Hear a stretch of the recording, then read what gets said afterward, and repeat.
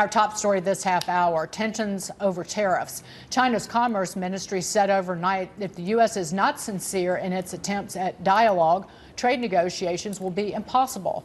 Joining us now is a member of the Senate Finance Committee, Senator Bill Cassidy of Louisiana. Senator, you've introduced a bill that would end taxpayer subsidies of mail from China. How big of a problem is this? A big problem, and it's not related to tariffs. It's actually a UN treaty that says that the American taxpayer subsidizes postal rates for Chinese businesses to send goods to the United States at a lower cost of delivery than a U.S. company. So again, taxpayer dollars here, subsidizing Chinese businesses to put our businesses out of business. We should do something different. Yeah. Senator Bob Nardelli has a question. So, Senator, is that cover all goods coming in from China, or is there any exemptions on that as you're outlining your proposal? It's the goods that relate to the U.S. Postal Service. And again, I just don't want subsidies. I don't want the U.S. taxpayers subsidizing the delivery of mail from merchants in China. So it is a reverse tariff, if you will, currently, where we are putting a burden upon ourselves in order to help the Chinese. Let's just make it a level playing field. How much money are we talking about, though, Senator? Tremendous. My daughter bought a Lego set for her, for my grandson, and it came 3 weeks later from China because, again, it was cheaper to mail from China.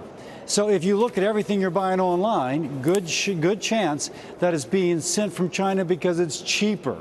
It's just remarkable. By the way, we also heard from, I think, the National Association of Manufacturers that most of the counterfeit items that are coming in from China on subsidized, U.S. subsidized mail. But again, I think that sometimes lawmakers can't see the forest for the trees in terms of the spending that's going on down there. If you look at that omnibus spending bill that was passed and signed by President Trump, that omnibus bill had almost $14 billion more for just transportation and housing in 2018 that the House passed in its appropriations. Again, in terms of the potential rescissions and the reckless spending by lawmakers right and left, what are you doing about that? Well, first, I voted against that omnibus bill. I'm trying to get your ire up. That's why I asked you that. I'll be like Yosemite Sam with smoke blowing out my ears. No, absolutely. We've got to do something about that. And of course, discretionary spending is only a small part of what we need to do. Right now, the Medicare and Social Security trust funds are going bankrupt. And none of the tax cuts that we did affected that revenue stream. It is just that 10,000 baby boomers a day become eligible for those benefits. So Congress has to address both. And I'm personally very invested in investing both. One way to help, though, is by increased economic growth.